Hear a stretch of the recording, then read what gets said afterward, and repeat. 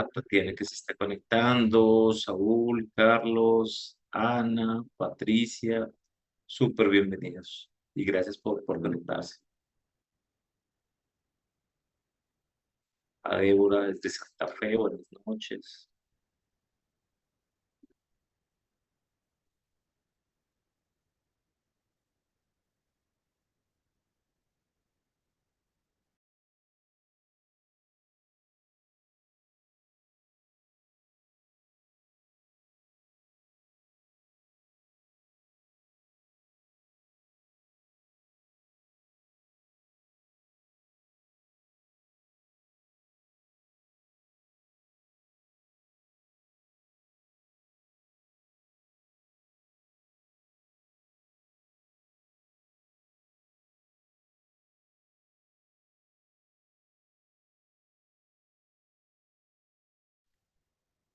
Juan, por las dudas, no te estamos escuchando. No sé si estás mandando un audio. Ah, ok, ok, ok.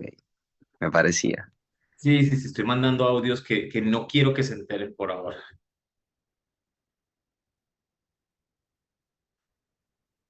La gente se asustó. No, yo también, de pensar que los había, que me habían escuchado.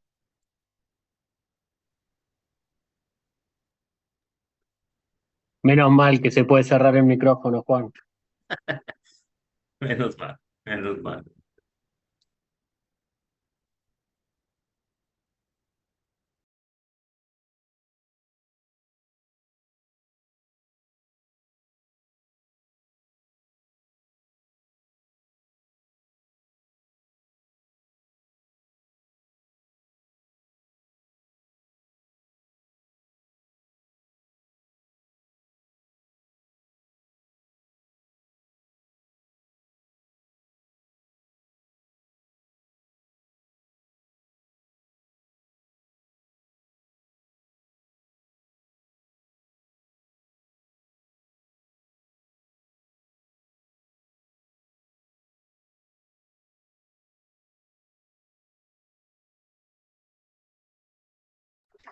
Perfecto, pues vamos a empezar con esta sesión. A Hugo, que se conectó,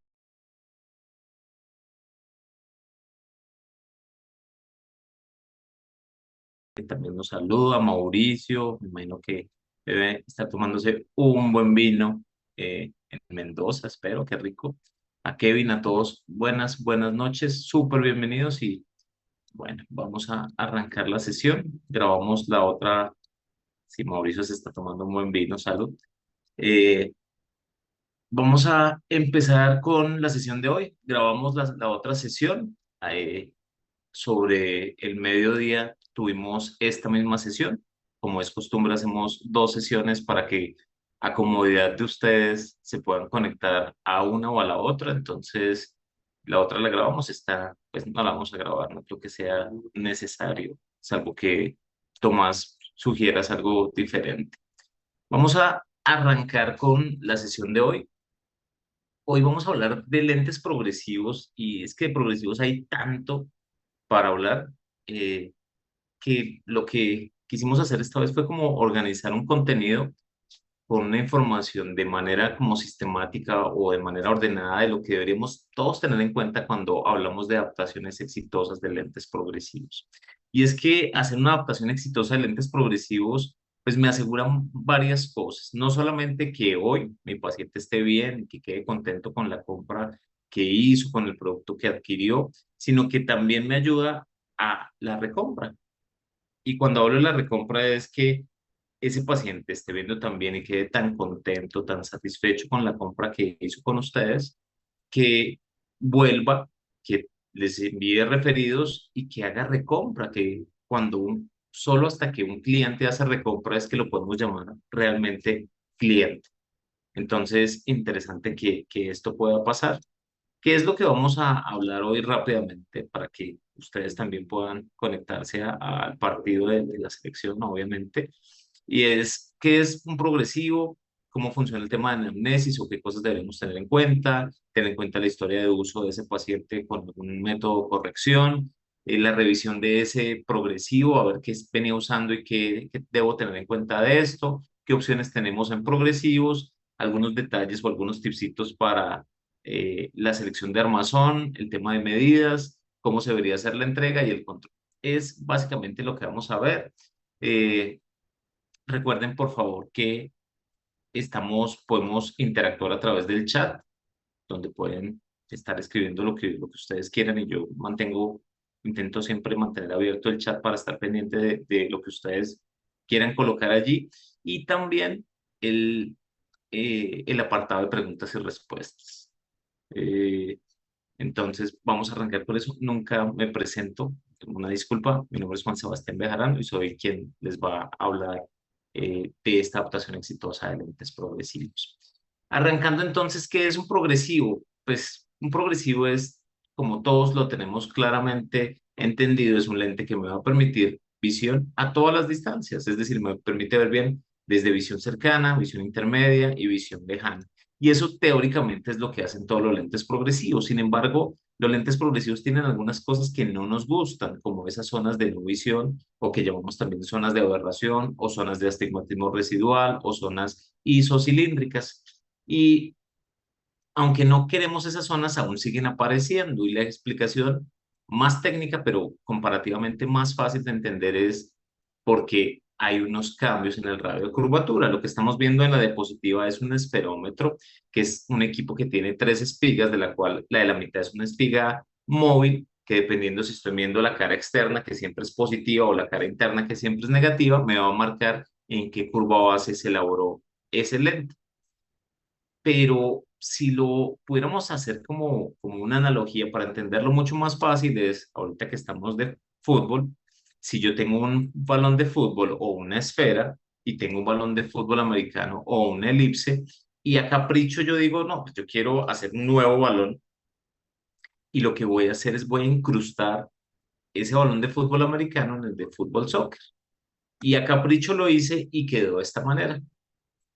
Si yo pasara mi esferómetro por este nuevo balón, lo que encontraría más o menos es que en este plano, como la mitad del balón, si yo empiezo a pasar el esferómetro desde la parte superior, donde es la visión lejana, a la parte inferior, donde sería la visión cercana, viéndolo ya como un lente progresivo, pues voy a encontrar que hay varios incrementos de la curvatura.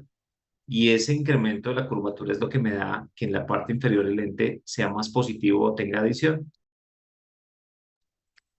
Y como los cambios de radios de curvatura no son tan fuertes, pues allí se mantiene como una secuencia lógica y no va a haber mayor distorsión. Pero hacia la periferia van a haber unos cambios muy fuertes de la curvatura porque la curva de acá es muy diferente a la de acá, porque recuerden que la elipse hacia la periferia se va aplanando. Entonces, como va a ser tan diferente, voy a encontrar que por acá estarían lo que hoy conocemos como zonas de no visión. Dicho de otras palabras, sería que si yo veo de perfil un lente progresivo, yo encontraría como tres radios de curvatura diferentes. Un radio de curvatura para lo que corresponde a la visión lejana, otro lo que corresponde a la intermedia y otro lo que corresponde a la visión cercana. Aunque esto es parcialmente cierto, porque como bien ustedes conocen, los lentes progresivos no tienen tres fórmulas, lejos, intermedia y cerca. Lo decimos así para explicarnos fácil con los pacientes, pero sabemos que de la lejana a la intermedia hay un montón de fórmulas y un montón de curvaturas, de la intermedia a la cercana exactamente lo mismo. Entonces aquí son muchos radios de curvatura, solo que para representarlo más fácil lo tomamos como tres radios de curvatura diferentes. Y es lo que me explica o lo que me permite explicar o entender que en la parte central sería lo que conocemos como un corredor y hacia la periferia lo que conocemos como las zonas de no visión. Por eso es que no existe, desafortunadamente, y aún estamos lejos de que exista un progresivo que pueda decir no tiene zonas de no visión. Por ahora no existe. Con tecnología, lo que buscamos hacer todas las marcas, y Joya lo ha logrado hacer de manera bien importante, optimizar el diseño para hacer que esas zonas de no visión queden más hacia la periferia, sean menos evidentes para el paciente, permitiéndole disfrutar de un campo de visión más estable, más amplio y que le permita una adaptación o una un adecuado desempeño en sus actividades normales. Cuando hablamos de progresivos, hablamos de algo que es súper importante y es el ancho de corredor, que es lo que me permite comodidad para hacer actividades como leer o como ver mi celular. Y algo desafortunadamente que se mantiene es que a mayor adición, menor campo de visión. Y esto se mantiene. ¿Por qué? Porque cuando yo subo el valor de la adición, estas zonas de astigmatismo residual se hacen más grandes, haciendo que la zona libre de distorsión se haga más pequeña o se estreche. Por eso es que tantas veces todos hemos escuchado que a mayor valor de adición, ojalá se mejorara el diseño o que por lo menos lo dejara sobre ese nivel de diseño, pero que no lo baje porque si no voy a notar como paciente que la visión cercana se hace más estrecha todavía. Hemos escuchado también otro concepto que es la altura mínima y la altura mínima pues es básicamente como el mínimo desde donde el lente empieza a funcionar bien, pero es lo que generalmente vemos como en la mayoría de los fabricantes siempre nos dicen, no sé, corredor corto, altura 14, pero después nos dicen, mentiras, pero ojalá déjele un poquito más. ¿Por qué? Porque, como vamos a ver ahorita que vemos una gráfica de corredores, pues el inconveniente es que la visión cercana de la mayoría de fabricantes queda entrecortada. Pero lo que sí es cierto, y esto es transversal a cualquier marca, ojalá siempre a mayor valor de adición, mi paciente pudiera tener una vertical mayor. ¿Por qué? Siempre que sube la adición, se estrecha el campo de visión. Y yo tengo dos herramientas para mitigar ese efecto en mi paciente, para lograr que mi paciente no le afecte tanto a eso. El primer, la primera opción que tengo es subir el diseño, mejoro el diseño y con eso logro como compensar eso que se estaba estrechando. Pero mi segunda herramienta que va a ajustar o va a optimizar el campo vertical es darle una vertical un poquito más alta. Si no es posible, por lo menos que nosotros no busquemos o que le permitamos tan fácilmente al paciente que la montura nueva sea más pequeña de 2 milímetros. En el mundo ideal debería ser, cumplí más años, me sube la adición, que ustedes me ayudaran a seleccionar un armazón un poquito más grande o por lo menos del mismo tamaño del progresivo que yo vengo usando. Si quiero, porque soy muy terco, quiero una montura más pequeña, un armazón más pequeño, que ojalá no fuera esa disminución de la vertical, que no fuera mayor a 2 milímetros. También escuchamos acerca de la longitud de progresión o corredor, y es la distancia que hay desde donde está la cruz de ajuste, es decir, la visión lejana, a donde va a estar la visión cercana. La mayoría de los fabricantes y en la literatura lo describen de esa manera. Dicen, aquí yo garantizo el 85% de la potencia de cerca. Y si yo reviso la cartilla de centrado de los fabricantes, voy a notar que la visión cercana queda cortada. Y si queda cortada es lo que explica fácilmente porque tantos y tantos pacientes cuando van a ver de cerca no se sienten tan cómodos. O tienen que levantarse un poquito el armazón o tienen que llevar la cabeza hacia atrás. Y eso no es cómodo. Para el caso nuestro en Joya, lo que hacemos es concebimos los corredores de manera diferente. Lo que nosotros hacemos es que a donde va a empezar la visión cercana, nosotros garantizamos el 100% de la potencia. Eso me permite tener una zona estable de lectura. Y nosotros decimos, mi corredor más pequeño, por ejemplo, es de 11 milímetros, pero la altura mínima no es 11. La altura mínima es desde 14. Luego, tengo 3 milímetros de seguridad para una visión cercana confortable para mi paciente. Y allí empieza a haber una gran diferencia entre fabricantes, porque nosotros garantizamos una visión cercana que funcione bien para ese paciente. Entonces, esto como los lineamientos generales de cómo funciona un progresivo. ¿Qué más nos interesa? Bueno, que la anamnesis o ese interrogatorio que yo puedo hacer, ya sea en consultorio o en el punto de venta con una escucha muy activa, pues que preguntemos las cosas que son muy relevantes. A veces vemos cómo a un paciente se le preguntan cosas que quizás no son tan relevantes. Si a un paciente pediátrico yo le pregunto si alguien en su familia usa gafas, pues me entrega pues una respuesta de valor, sí me interesa. Esta al mediodía citaba un ejemplo, ahora que estamos hablando tanto de control de miopía. Hoy en día sabemos que si yo estoy atendiendo a un paciente pediátrico y por la historia que estoy adelantando con él, por el interrogatorio que estoy teniendo con él, yo determino que uno de los padres de familia de ese niño es miope, ese niño va a tener 3 veces más probabilidad que otro niño en tener miopía. Pero si los dos papás de ese niño son miopes, mi paciente no va a tener 3 veces más mayor probabilidad, va a tener 6 veces mayor probabilidad de desarrollar miopía. Entonces, es una pregunta clave, es una información interesante de preguntar. Pero si le pregunto a un paciente de 30 años si alguien en su familia usa gafas, pues me va a responder, sí, mis papás son presbitas, usan gafas para leer. Y eso me aportó cero valor. Entonces, a lo que voy con esto es que todos tenemos que buscar, ya sea que en la consulta o en el punto de venta, en las preguntas que hacemos, indagar cosas que me den valor a la consulta, que me den valor al interrogatorio comercial. Por ejemplo, a veces preguntamos, ¿usa computador? Sí, no. Ah, bueno.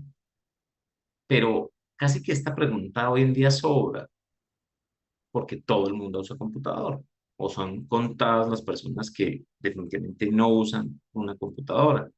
Entonces, más bien deberíamos preguntar cosas como, ¿qué computador usa usted? Cuénteme, por favor, si usa un computador de escritorio o un computador portátil o una laptop. Porque desde cuál computador, qué tipo de computadora use mi paciente, yo voy a saber si el proceso de adaptación va a ser más fácil o debería dar algunas indicaciones adicionales. ¿Qué sabemos de esto? Que si el paciente usuario de lentes progresivos usa computador portátil, se va a adaptar mucho más fácil. ¿Por qué? Porque siempre el paciente escoge, selecciona fácilmente la distancia. Pero algo que es muy importante es que cuando él ve derecho enfrente, estando cómodamente sentado, su posición normal, cuando ve derecho enfrente, para ver la computadora tiene que bajar la mirada, inclinar la mirada, rotar los ojos hacia abajo, lo que le permite ver a través de la zona donde está pensada para la zona intermedia, que no pasa cuando tengo una computadora de escritorio y que la computadora queda superior.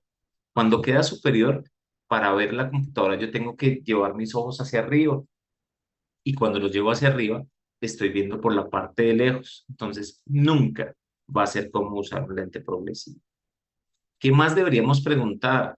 Pues, ¿usa computador? Ok, ya lo sé que sí. Entonces le voy a preguntar cuántas horas al día, cuál es el software o el programa que más utiliza, porque no es lo mismo hacer una cartica en Word ocasionalmente o a trabajar un programa de diseño como AutoCAD, como todos estos programas que son muy fuertes o muy demandantes.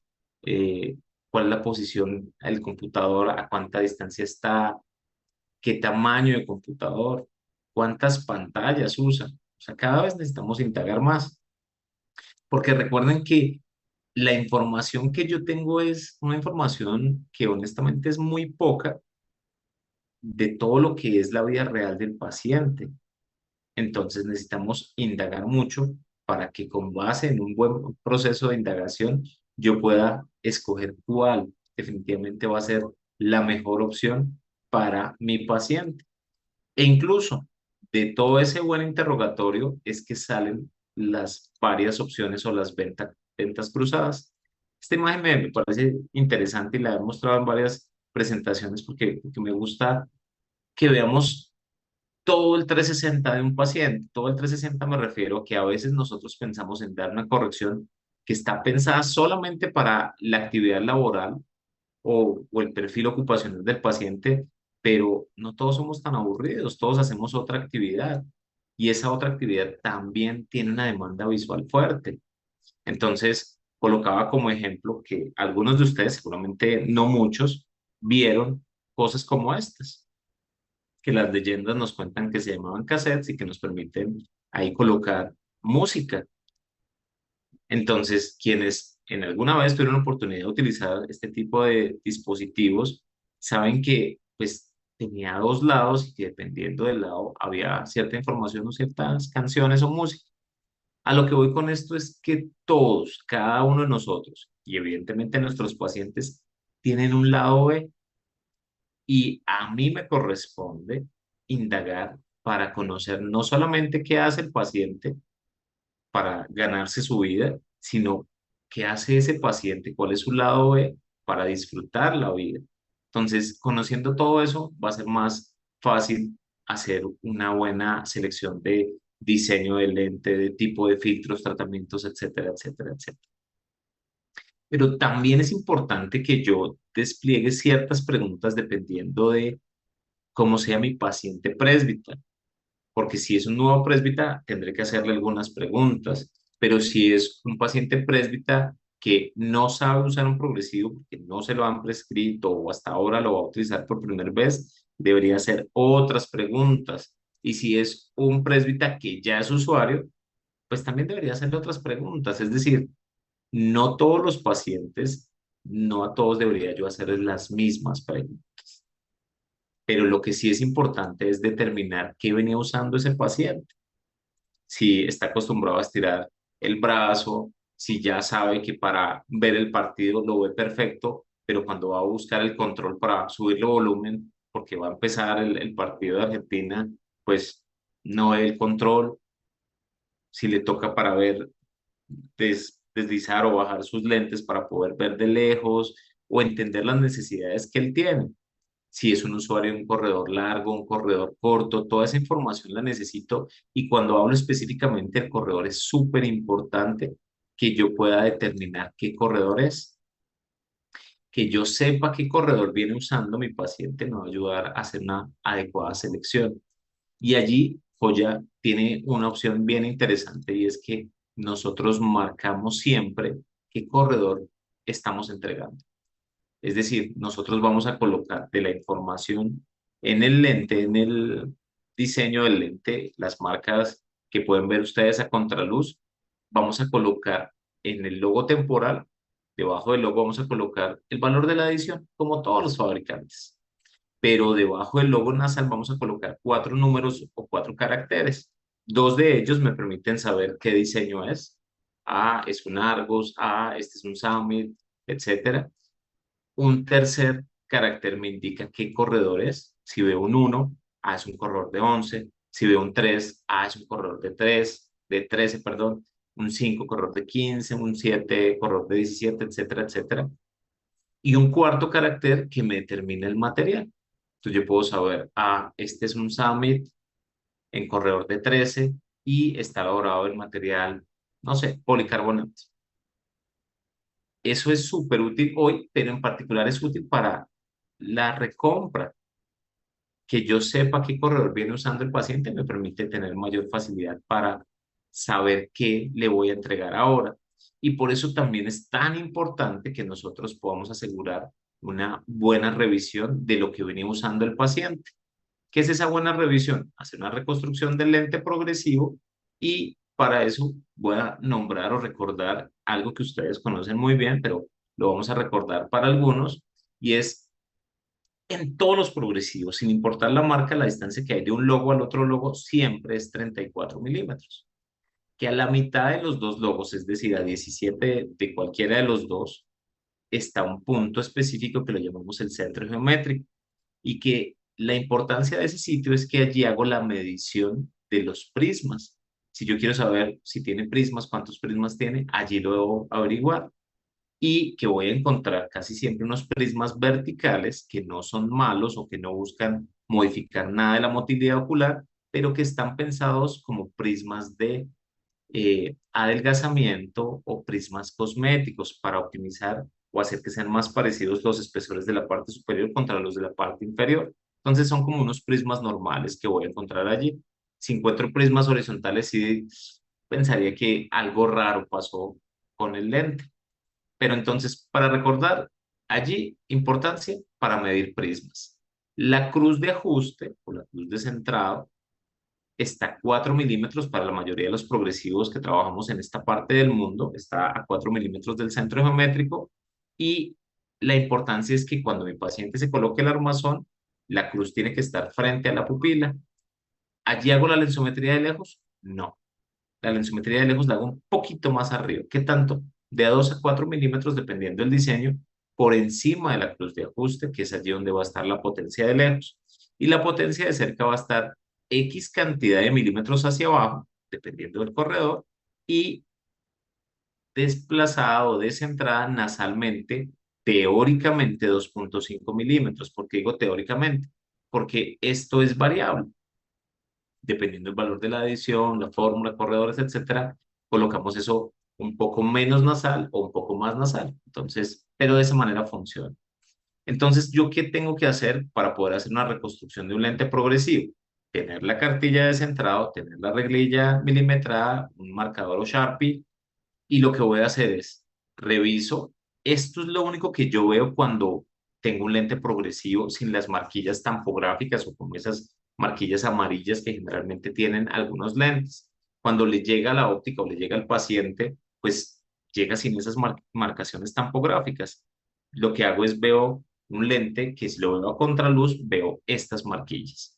Entonces, ¿cómo hago la reconstrucción? Marco la mitad del logo a logo, que ya sé que sería 17 de cada uno, subo 4 milímetros y estará la cruz de ajuste, marco dónde están los círculos de referencia para visión lejana y para visión próxima. Y todo eso para poder saber que la distancia pupilar montada es la distancia que hay de una cruz a la otra cruz y que la altura montada es la distancia que hay desde la cruz al borde inferior del armazón. El único problema es que me gasté como 10 minutos haciendo eso para saber solo ese datico. Ahora me toca borrar y perdí 10 minutos de mi tiempo de poder hablar con mi paciente. Por eso les quiero contar algo que van a ser unas diapositivas que va a tener el equipo de Joya en Argentina, es decir, Javier y Adrián, y que va a tener también todo el equipo comercial de Victorlen, eh, de la parte que les voy a contar ahorita. Entonces, no se afanen, no se preocupen si como que lo digo muy rápido.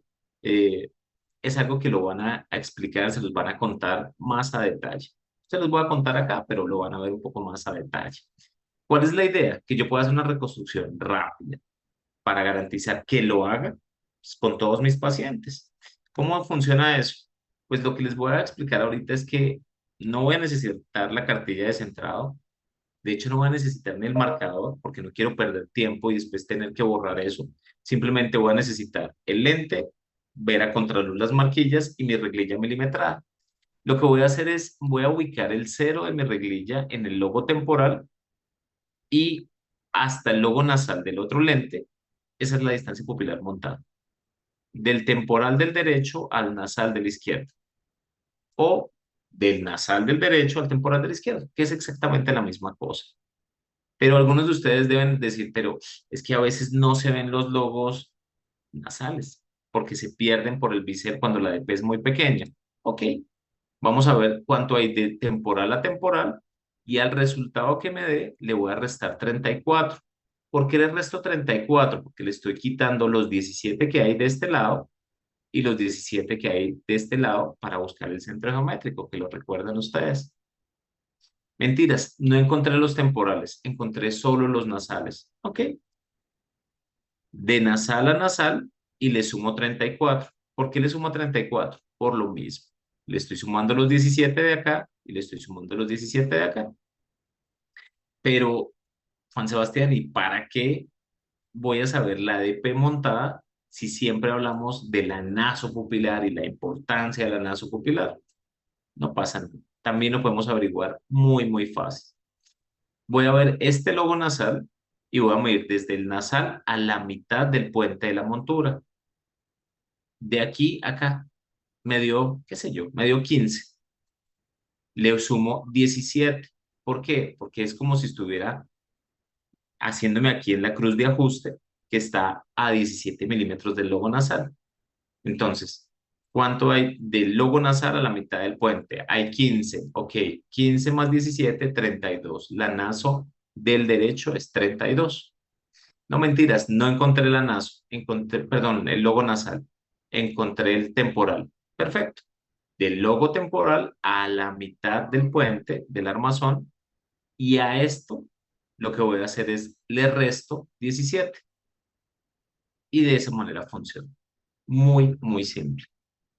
Y la altura, bueno, la altura es aún más fácil. Ubico el cero en mi reglilla, muy contra como el logo de mi trabajo, de mi lente, y lo que voy a buscar es cuánto hay en la parte inferior. Me dio, no sé, 18. Le sumo siempre 4 milímetros. ¿Por qué le sumo 4? Porque dijimos que en este lado del mundo los progresivos están 4 milímetros más arriba. Entonces, si me dio 18 más 4, 22. El lente que viene usando mi paciente está montado a una altura de 22 milímetros. Cuando yo conozco la altura, cuando yo conozco la distancia pupilar, me queda más fácil poder de una vez comparar qué venía usando mi paciente versus la medida que a mí me da. Por ejemplo, a mí me da que la distancia pupilar de mi paciente es 60, pero él viene usando 66 de distancia pupilar en el lente que él viene usando y me dice que está cómodo. ¿Qué hago? Le coloco mi distancia, le dejo la que tenía él. Entonces, allí es como tres opciones de respuesta, las tres válidas que hablábamos un poco al mediodía y son tres opciones que son tres caminos, los tres válidos. Quizás uno mejor que el otro, pero los tres son maneras de enfrentar la situación. Uno puede ser, ¿se siente cómodo con eso? Sí, ok, yo no me voy a meter en problemas. Yo le doy lo mismo que ya viene usando. Y está bien, funciona. Algún otro puede decir, no, pues, si está mal, pues yo para qué le voy a dar algo que sé que está mal.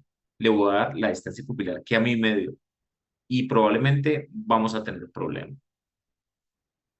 La sugerencia, muy respetuosa, puede ser, si sabemos por estudios y porque las normas ISO así lo reflejan, como la ISO 89980 o como la 21987, que nos dicen, miren, la tolerancia de la distancia pupilar son 2 milímetros.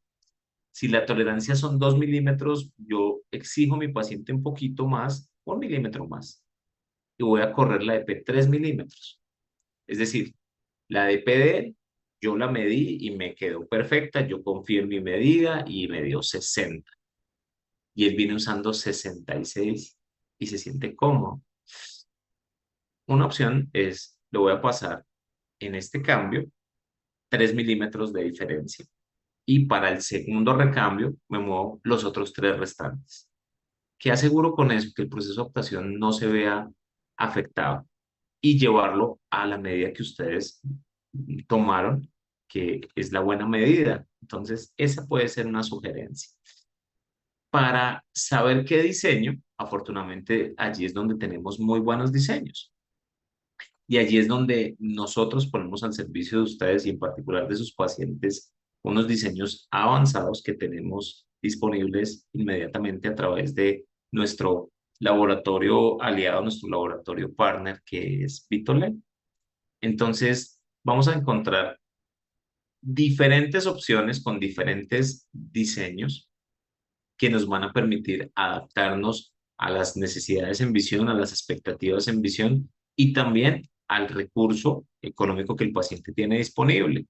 Entonces vamos a tener un diseño que es como la puerta de entrada a la gama de progresivos joya, que es Argos, que es un progresivo multipropósito que va a tener unos campos de visión interesantes, una relación costo-beneficio muy, muy buena y la posibilidad de tener corredor, si es una montura normal o si es un corredor pequeño, poder tenerlo adecuado para el paciente, garantizando siempre la visión a todas las distancias. O diseño más avanzado, como es el caso de Summit Premium, pensado para entregar mayor confort visual a ese paciente y que ese paciente tenga una experiencia diferente. ¿Por qué es diferenciada esta experiencia? Porque hemos trabajado en unas tecnologías que nos permiten que las zonas de no visión, que decíamos hace un momento que siguen estando en los lentes progresivos, pues ahora sean más pequeñas para que no las note tanto el paciente y que adicional a eso hacemos que sean de menor potencia. para que aún estando allí, si son de menor potencia, las noto menos, entonces es como para beneficio mío, como si tuviera muchas menos zonas de no visión. Es decir, voy a estar más cómodo con el lente. Y a eso le sumamos que para comodidad del paciente le colocamos 4 corredores posibles para que quede el paciente con la visión cercana donde realmente la necesita. O subo más en diseño y tengo la opción de Arrive 2, que está pensado en la optimización de la binocularidad del usuario. Porque como hemos dicho en otras sesiones, cuando los pacientes tienen diferente potencia entre sus dos ojos, pues hay como un imbalance en dónde encuentra la visión cercana del usuario. Y eso es lo que hace que muchos pacientes no encuentren comodidad con el uso de los lentes progresivos.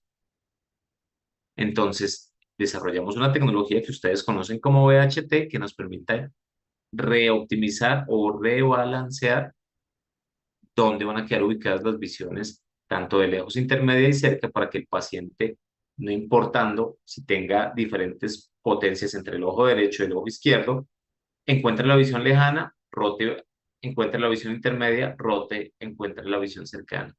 Y con sus dos ojos al mismo tiempo, optimizando la función binocular. Y un diseño, que es una variante de este, que es Arrive 2 Wrap, que nos permite para esas monturas que los pacientes siempre habían querido, pues tener una opción ganadora y que nos permita que tengan un muy buen diseño en el armazón que habían querido, una montura curva o deportiva. Pero también es interesante que tengamos aquella opción de H1, que es un progresivo o es un diseño que está pensado en tener una opción interesante en precio con un buen diseño para aquellos pacientes en adiciones bajas de hasta 1,75 para que empiecen a utilizar progresivo, que sea un progresivo bueno, bonito y a un cómodo precio, permitiéndome empezar a darle un progresivo a aquellos usuarios que generalmente o no usan nada o están peor entrando al mundo de la presbicia usando lentes de solo lectura o terrible usando un lente bifocal. Es decir, ahora estamos entregando un diseño que está pensado en corregir al paciente presbita cuando éste lo requiere. Y de esa manera funciona. Entonces, eso es interesante y nos lo permite hacer. Alacia Raúl Alfredo dice, el H1 tiene también como Argos 2 tamaños de corredor. Para el caso del H1 tenemos un corredor de 18 y de esa manera va a funcionar. O sea, realmente va a ser un corredor de 14 que nos permite que la altura mínima sea de 18 milímetros y funcione así. Es para contestar a la pregunta que está en el chat. Y bueno, ya tengo el diseño, ya tuve en cuenta esas otras sugerencias o recomendaciones. ¿Qué debería ahora más tener en cuenta? ¿Qué hago? ¿Qué debo tener en cuenta? Pues el armazón. Del armazón es importante revisar la prescripción o la RX para saber cómo las necesidades y si puede ser 3 piezas o mentiras, tiene que ser un armazón completo. Ver si ese armazón, si pues si va a funcionar también por la manera, la fisionomía de mi paciente. Y algo que a veces se nos olvida, revisar cómo es el armazón que tiene en uso el paciente, para que de esa manera, con esta información importante, yo pueda empezar a guiar cuál sería el mejor armazón. Pero no me refiero solo a la parte estética, que si tiene una cara ovalada le doy este tipo de armazón. No, esto, si bien es importante, también ha cambiado un poco, ya hoy se concibe de manera diferente. Lo que sí es muy importante es que yo determine si el armazón es viable o no para la fórmula que tiene, para el corredor que debamos a buscar y no dejar suelto a mi paciente para que él seleccione cualquier armazón, sino que yo sea quien guíe a ese paciente. Vamos a ver unos ejemplos de algunos armazones que quizás, obviamente, no son clientes o pacientes en Argentina, sino en otros países que les hicieron una mala selección. ¿Por qué? Porque a este paciente, un brazo tan ancho, no es tan fácil. ¿Y por qué no es tan fácil? Porque si necesito darle pantoscópico, chao, no tengo nada para hacer con este tipo de armazón. Pero adicionalmente, si ustedes se fijan, el armazón se ve pequeño para este usuario. Pues, ¿cuál es el problema? Recuerden que un armazón pequeño siempre tiende a salir, siempre tiende a alejarse, siempre tiende a aumentarse la distancia al vértice. Y cada vez que esto pasa, pues la visión cercana se estrecha cada vez más. Y lo que queremos con un progresivo es todo lo contrario, que se amplíe. Entonces, un armazón pequeño no es una buena opción. Y este otro, bueno, este otro es otro inconveniente, y este otro inconveniente está pensado en que cuando mi paciente, el armazón se resbala mucho, o, por ejemplo, era un usuario bifocal y lo pasamos a progresivo, él está acostumbrado a usar el armazón lejos o con mayor distancia al vértice, para decirlo más técnico. Cuando esto pasa, pues aparte que la visión cercana se hace más estrecha si la encuentra, es que la visión cercana está muy, muy abajo. Entonces me va a decir que ve perfecto de cerca, que a la computadora, bueno, ahí la encuentra, pero que de cerca eso no sirve para nada. Y la fórmula está bien, el diseño está bien, el montaje está perfecto, todo está bien, pero el armazón queda lejos. Por eso es tan importante que en la entrega nosotros hagamos ajuste de la terminal para que el armazón quede posicionado donde nosotros queremos que quede bien posicionado. Pero no es solo importante verlo de frente, necesito ver a mi paciente de lado. Ver a mi paciente de lado me permite ver si el terminal de la varilla, si está llegando y se está sosteniendo o agarrando bien de la oreja de mi paciente. Porque si no es así, pues la misma historia tiende a salir, que ya vimos que no nos sirve o no es eficiente para nosotros. Pero casi que hasta debería ver a mi paciente un poco como desde arriba, porque podría ver esto. Y cuando veo esto, digo, bueno, qué raro, casi a todos los armazones tienden a quedar con envoltura o con curva facial o panorámico, como lo quieran llamar, y este está quedando al revés. ¿Y por qué pasa eso? Una vez más, porque el armazón es pequeño y lo determino acá. Si el armazón es pequeño, no nos va a funcionar. Y recuerden que hay armazones que no es que no se pueda, solo que debo tener más cuidado, como los armazones tipo piloto, que son estos que tienen corte nasal muy pronunciado. Entonces me toca prever que la altura me dé para que la visión cercana sí esté allí puesta. O los que son redondos, pero pues ya como no han vuelto a sacar películas de Harry Potter o algún tributo a John Lennon, pues el armazón redondo, redondo ya no se ve tanto. Pero lo que sí debo estar atento es que no existan cambios muy fuertes de las características del armazón que venía usando mi paciente versus el armazón nuevo que yo le estoy recomendando. En resumen, hay cosas muy interesantes o que sería muy bueno tenerlas en cuenta como para que nos vaya bien con el armazón para el progresivo, con monturas completas o ranuradas, tamaño adecuado según el diseño y el tamaño acorde a la distancia pupilar, pero también tener en cuenta que no es que no se pueda, insisto, no es que no se pueda, es que debo tener más atención si la montura es redondeada, si es tipo piloto. En las tres piezas, ¿cuál es el problema? Que si el paciente usa el armazón todo el tiempo, no pasa nada. Pero si está constantemente retirando y colocando, pues se desajusta muy fácil. Montura sin plaqueta, ¿será que sí? ¿Será que no? Sí, sí, confío mucho en que la altura me queda muy bien. Porque una de las ventajas que tiene que el armazón tenga plaquetas es que si la altura no me quedó tan bien, yo cierro o abro las plaquetas y modifico la altura. Pero si no tiene, es un problema. O monturas que no tengan la posibilidad de dar esa angulación pantoscópica que queremos o que necesitamos. ¿Qué es lo que debe pasar?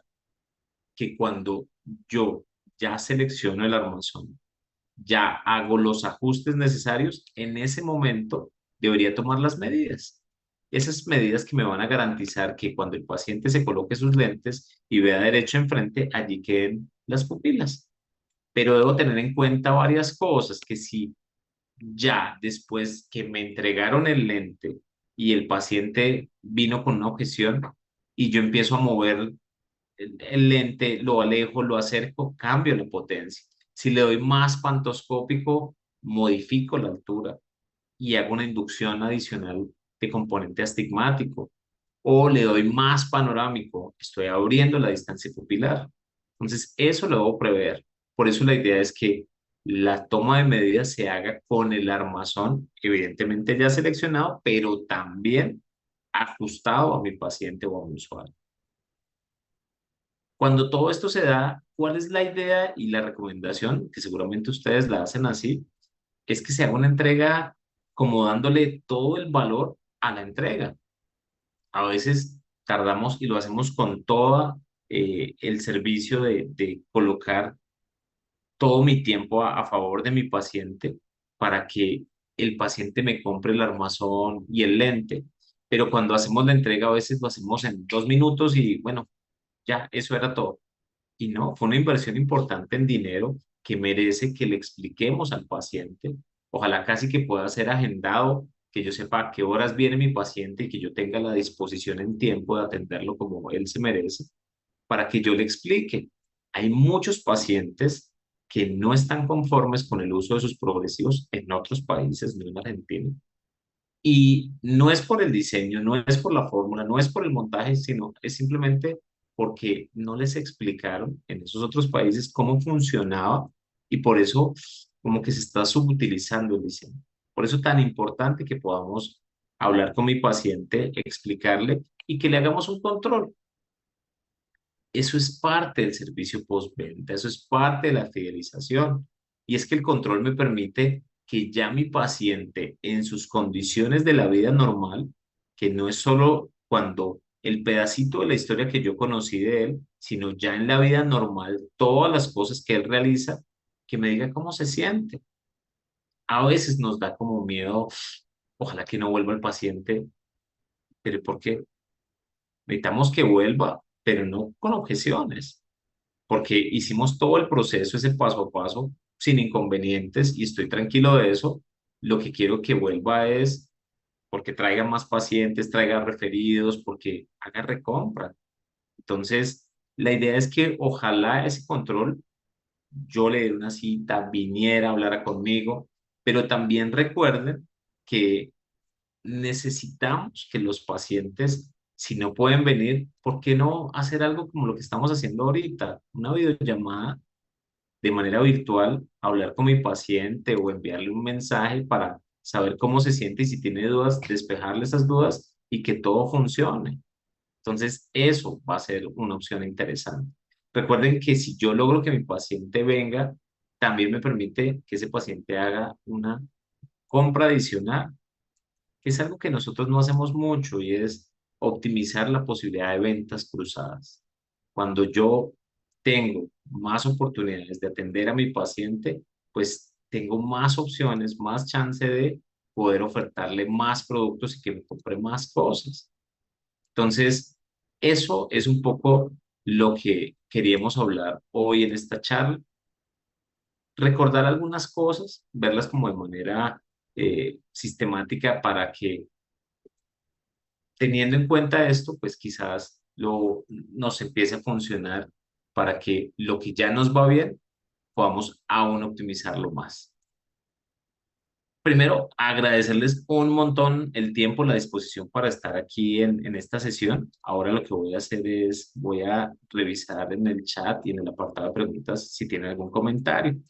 Raúl Alfredo dice, Juan Sebastián, si bien es un concepto viejo, lo que voy a decir, podría decirse que los diseños Joya en general son más blandos y otros de marcas también conocidas.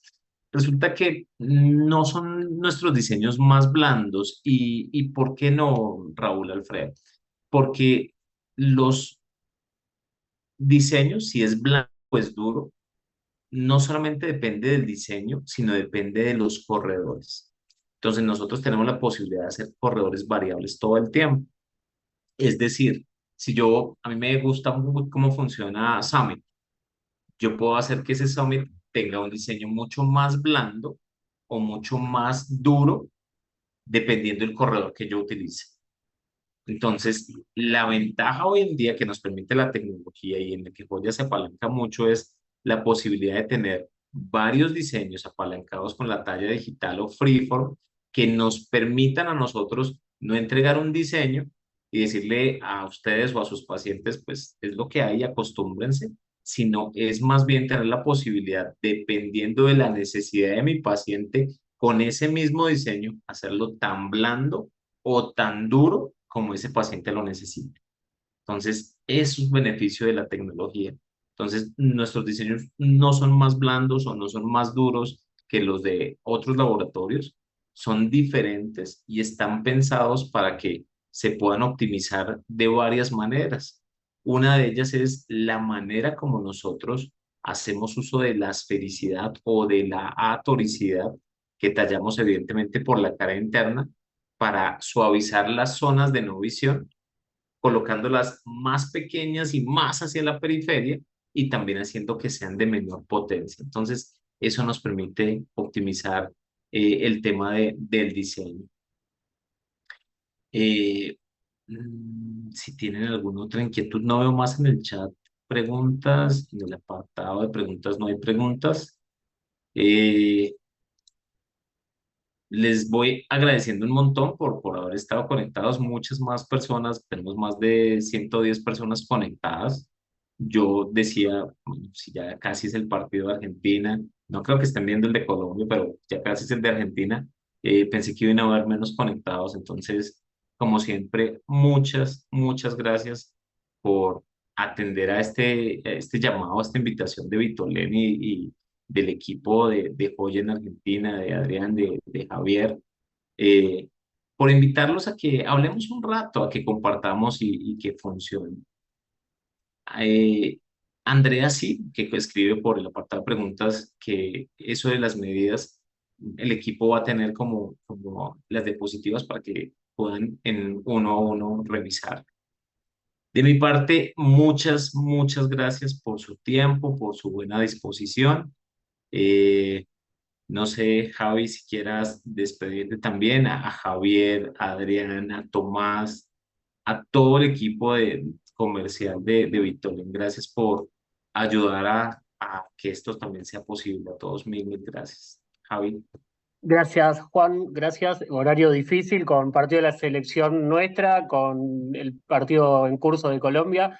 Buenísimo la concurrencia. Gracias a la fuerza de ventas de Vito también por la convocatoria. Y bueno, siempre estas charlas suman mucho, nos acercan y bueno, despejan dudas. No podía habilitar la cámara, Juan. Quería verte para saludarte, pero no la podía habilitar. Así que bueno. Eh,